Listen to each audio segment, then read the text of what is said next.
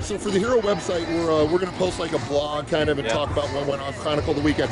So Chuck Middleton was inducted into the Ashley Whippet Hall of Fame. High five. Woo! Awesome. So now I videotaped the whole thing. I was close up in on your face the whole before they even started announcing it.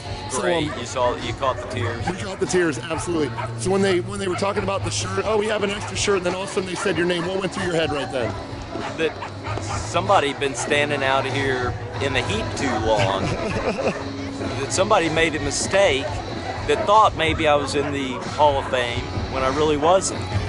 So I'm standing over here behind the announcer's table and I'm thinking, what? Why would they be giving me a shirt? Somebody, and I looked around for somebody to consult with. Were you looking for Lisa? Couldn't find anybody. And then Tom stepped in and said, come on. And at that point, is that when it broke? It dawned on me what was going on. Right. Yeah. And so, then they walked out. He cried like a baby. Oh, that was yesterday when he got the hall. So then they had me walk out there, and of course, it's an emotional. 25 years, I've spent over half my life in this sport. And, as I found out after the point, there are a lot of people in my life that knew this was happening. And, and they managed to keep a secret from me. And so there are no redos in this sport, no mulligans. So there were a lot of people I didn't think to thank because it was so overwhelming. Now, I thanked my dogs. 25 years in this sport, a lot of dogs come and go.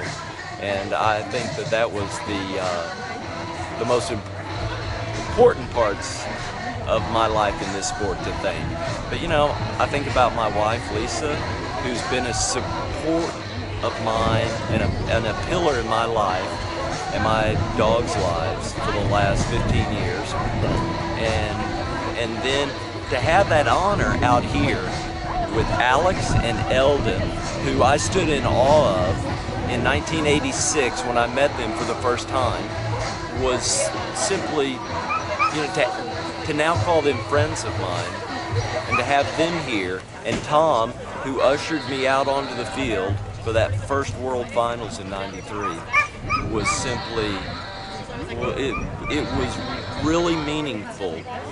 But the honor was even greater when you look around this crowd and you can pick out at least a couple, and probably more if you put some thought into it, of other people who should be in the Hall of Fame.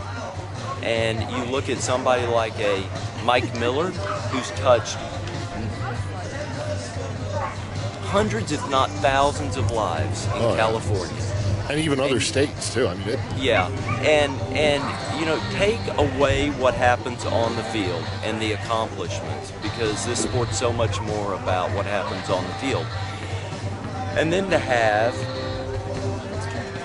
Chris Sexton, who called me back in 2000 with this absolutely crazy idea about a new Frisbee dog organization, the UFO. And look where he's taken it. Yesterday we had 80 competitors out here. And his vision and his dream, if anything qualifies you for this sport, that would do it. Because you look at Ron Ellis, the guy that came up with the concept of the first Frisbee dog contest, who was also here and knew about it for quite a while as a Hall of Fame member. He was inducted in 95, 96, not only for his great dog Maggie and what he did on the field, but for the visionary work that he did in the sport with the dog and disc club concept. And I think Chris has done the same. Mike has touched hundreds and thousands of lives. And, to have it here at an event like this was simply beyond words. As I said yesterday, the emotions overwhelmed me, and the words didn't flow very well. You did fine with it though. That's now that you've had a little time to digest it, you can speak a little more eloquently. Yeah, you can appreciate it, and you can think back about how great an honor it really is when you consider that there are others that are equally deserving of that award. And for me to get it was just, the history. I didn't even thank Irv, and I won't bore you or the audience with the back in about '89. I'd known Irv since '86. Met him at our first regional competition.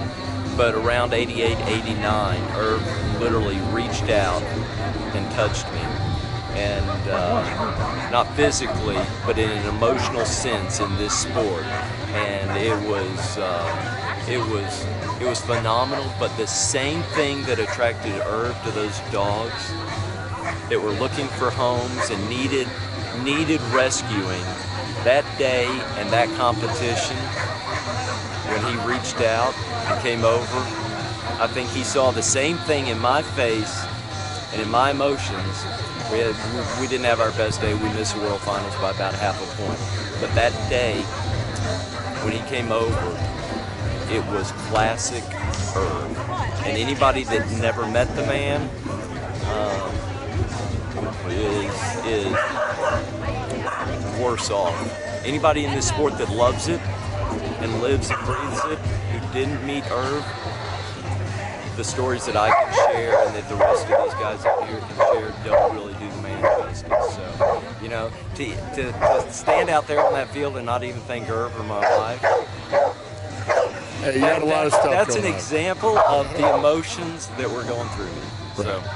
Very nice. So with the AWI Hall of Fame aside, other than that, up till yesterday, what's your most memorable, off the top of your head moment in disc dogging? At all? Anything? What comes to your head is like, yeah, that was cool. I know there's a lot to go through. There are 25 years in this sport. I think that I'd have to go back to my very first disc dog competition. It may not be the most memorable, but I come out here and I try to be an encourager to a lot of people. And because I remember, I could have easily walked away after my first competition. I was hooked. Would I? Maybe not. But I met Ron Ellis. It was both of our first competitions. Ron Ellis is in a pair of bib overalls, and he had just competed with Maggie. This is in the days prior to vaults and prior to the unique and amazing choreography we see today. And he was doing some very simple tricks, but he obviously put some thoughts into it. And so after the competition, I walked over to him and Cindy and struck up a conversation and was asking him how he thought up those tricky little through-the-leg moves that we would now call novice or intermediate. And that friendship has lasted 25 years. And so I think that, would I still be in the sport? Maybe, maybe not. But I was a young 20, 22-year-old kid, wet behind the ears, crazy, single, trying to stay out of trouble.